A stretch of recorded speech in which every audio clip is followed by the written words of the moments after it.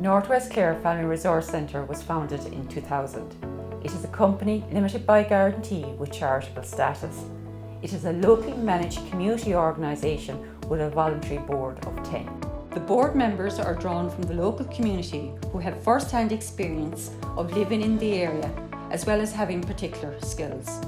Northwest Clare FRC's vision is of an inclusive community that values the rights and responsibilities of all. Our mission is to support and empower the community in Northwest Clare to grow and develop in a safe and friendly environment. There are approximately 9,400 people living within the FRC catchment area. Our FRC operate under the National Policy Framework for Children and Young People. This is known as Better Outcomes, Brighter Future. Northwest Clare FRC provides a range of supports, services and development opportunities that address the needs of individuals, families and community groups across the catchment. The FRC provides a combination of universal services open to everyone and targeted services aimed at those to be in greatest need. All our work is underpinned by community development principles. The FRC provides support and services under 4 teams.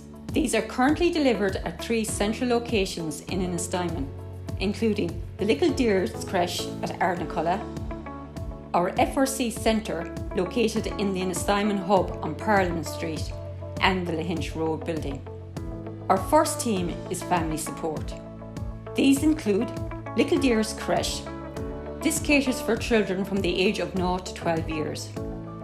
Currently, there is over 59 children and 50 families registered.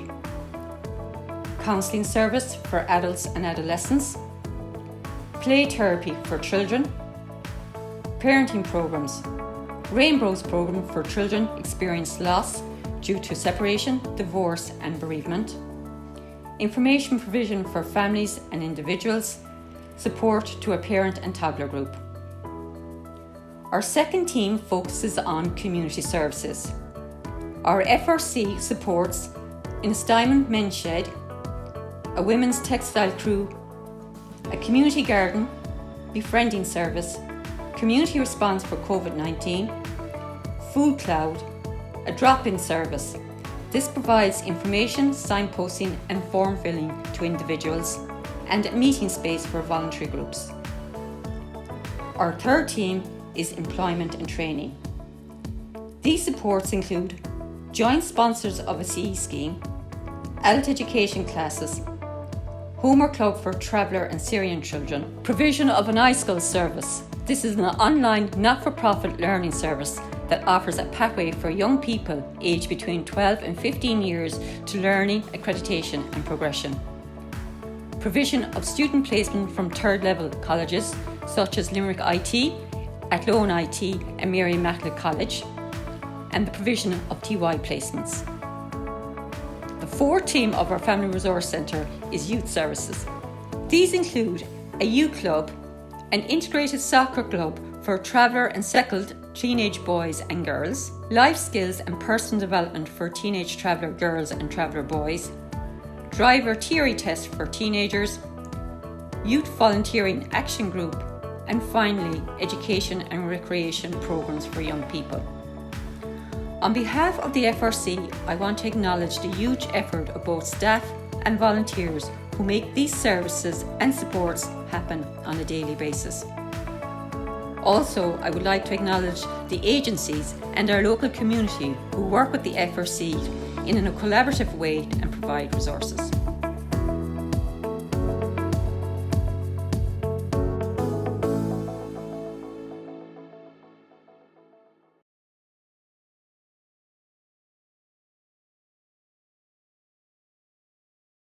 Several things, to be honest, but mainly the response to the questionnaire, the number of people who responded relative to the expectation.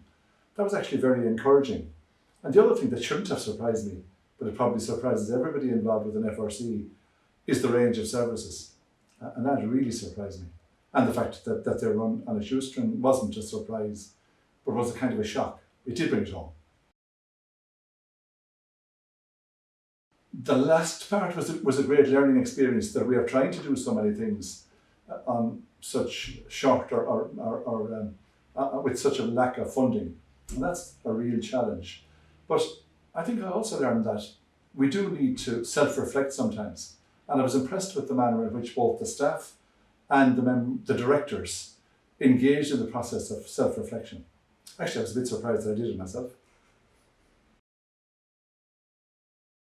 There are so many services now, and it would be really difficult to pick one or two as the ones that need to be protected. But I'm normally really optimistic. But in regard to the whole operation, I'm actually a bit pessimistic.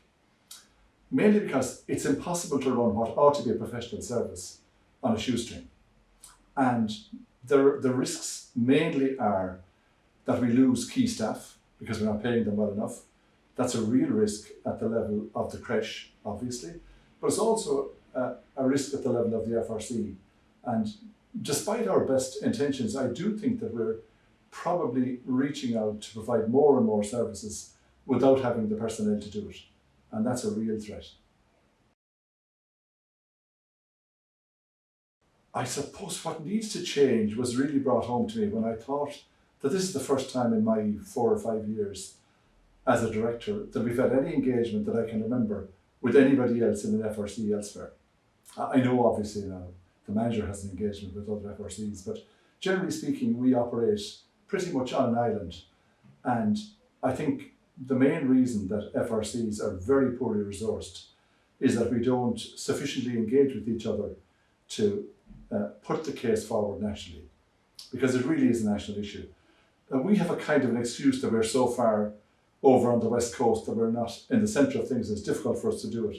But I think one of the things that has to change is that we must engage with other FRCs and get together the kind of expertise and personnel that bring the message home to decision makers, not so much at a political level, although that's important, but also at the level of the funding departments.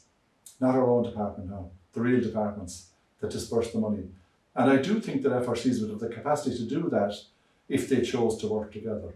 And maybe a little start is that these 3 FRCs sit down and see what they could do or what they could want or what they could really plan and deliver if there were guaranteed funding for core services in a way that I'm sure everybody out there assumes it's the case, but it really isn't.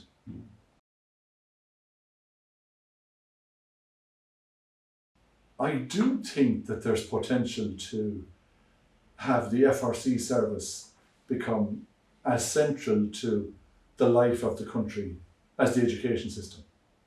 And when I look at the services that are provided for young mothers and you know, in a sense, I suppose, associated with the creche in our case, but somewhat separate as well, I do think that back long ago when I was a teacher, it wasn't really accepted that investment in primary education had as positive an impact as it has. And I think it wouldn't be that difficult to persuade decision makers that the same impact could be had by having that kind of a financial and personnel input at the level of from 0 to 4. And I can't think of any other means of doing it other than the FRC system, random though it is throughout the country, but certainly in our case it's there and it's there to be utilised. In a sense, it's run off its feet, and in another way, the potential is there for it to be so much more impactful.